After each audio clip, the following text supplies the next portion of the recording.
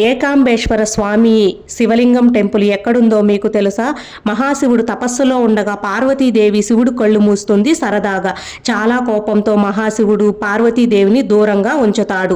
పార్వతీదేవి కాంచీపురంలో ఉన్న ఒక చెట్టు కింద కూర్చొని శివలింగం తయారు చేసి చాలా సంవత్సరాలు తపస్సు చేస్తుంది.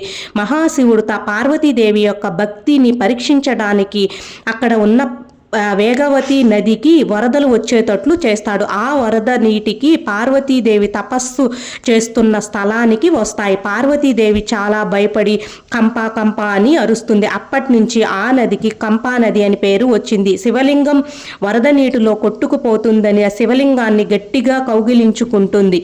ఇలా కౌగిలించుకున్నప్పుడు పార్వతీదేవి యొక్క చేతి ముద్రలు ఆ శివలింగం మీద పడతాయి. ఇప్పటికీ కాంచీపురంలో ఏకాంబేశ్వర స్వామిగా వెలిసిన శివలింగం మీద ఈ ముద్రలు ఉన్నాయి. ఓం నమః శివాయ.